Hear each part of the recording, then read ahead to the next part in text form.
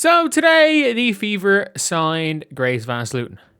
And this is one of those ones where I'm like, okay, I'm okay with this one. I'm absolutely okay with the Grace VanSlooten signing. Because, like, do I think Grace VanSlooten is the greatest player in the world? No.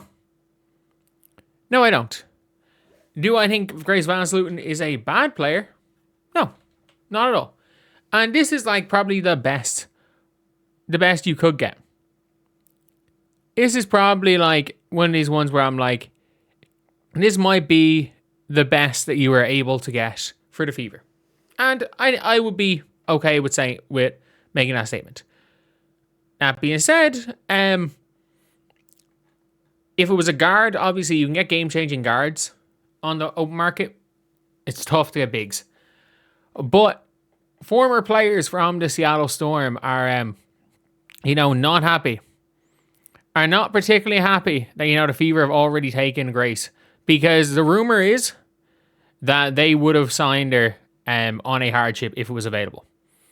Basically, or not hardship, Jesus. They would have signed her on a, contract, on a dev contract. A lot of people think their plan was to eventually convert her into a dev contract.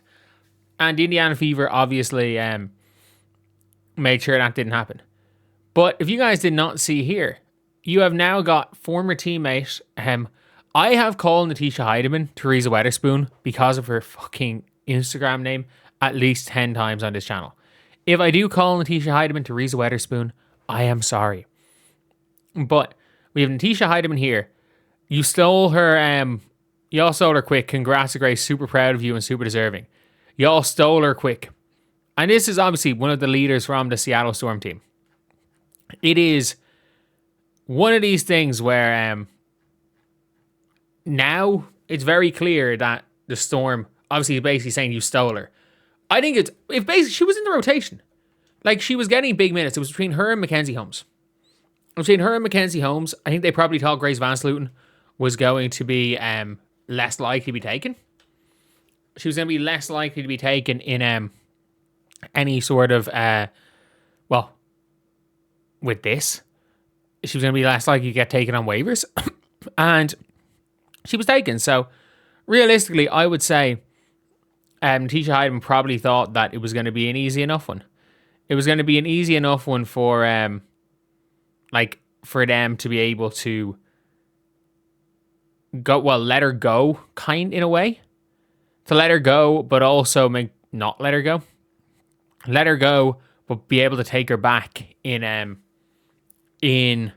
a few weeks. Or a few days, honestly, when she was available for a dev pool spot. But the Indiana Fever obviously did take her. One thing a lot of people are saying is they're bringing up the fact that why didn't the Fever take her in the draft? Because, look, Justine Bassett is still the better prospect of the two of these. She is the better prospect. I was shocked. I had, in my mock draft, I had VanSlooten going early second round.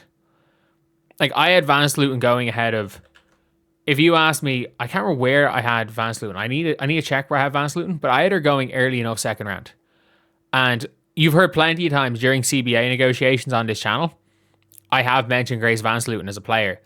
And I've always mentioned Grace VanSlooten when I've always been talking about her. It's always been a thing where I've said with her that she was always my example for a player that will play 10 years in the league, but in those 10 years will make really good money, but if the league stops for a year, might retire from basketball. Like, if there was no WNBA season, might be legitimately retired from basketball.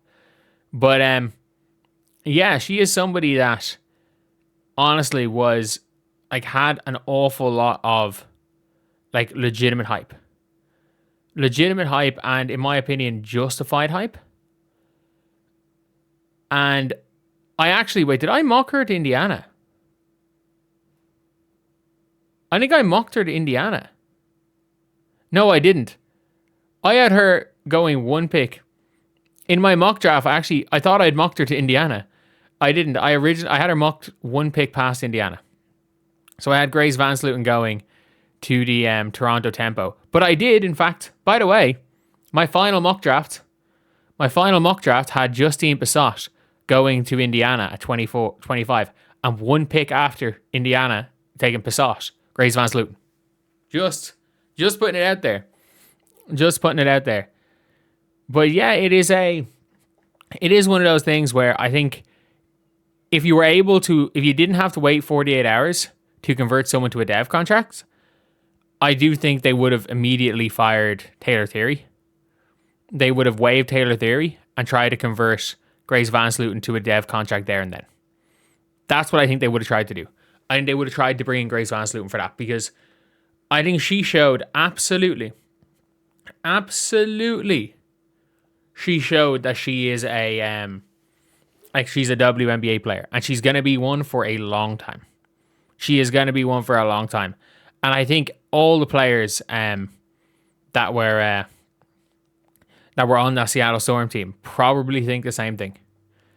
Like, even if you look at when VanSlooten got waived, like, I'm just going to see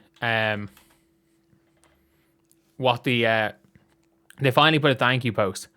And look, they signed Joyner Holmes to a hardship contract. There is no way in hell that they signed Joyner Holmes if Grace VanSlooten's not taken. I think they would have taken her on a hardship contract immediately, but they had the waiver first of all, and she had to clear waivers. So obviously, thank you, Seattle Storm and Fever fan, because it was days ago. They didn't, and there's a reason why Seattle did not tweet thank you for her.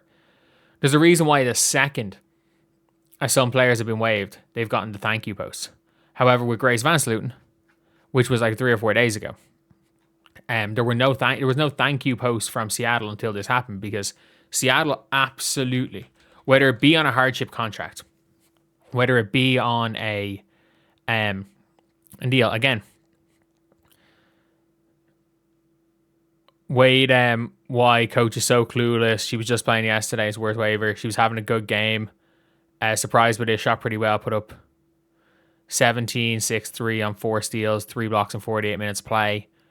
Storm are definitely tanking. Like, it is, and people were not, Storm fans were not happy about this. She played 18 minutes yesterday. Will defend 4 Big Ten players. I basically said 4 years around the minimum steal for teams that will to cut an aging, undersized vet. Shout out the Indiana Fever. Shout out the Indiana Fever. They may be serious. But I think that was the case. The reason she's not wrong. The Indiana Fever basically were they took Grace VanSlooten, who the Storm absolutely would have brought back on either a dev deal or on that hardship contract. The difference is that you have to to activate OWFAM, you have to cut her. That's just unfortunate.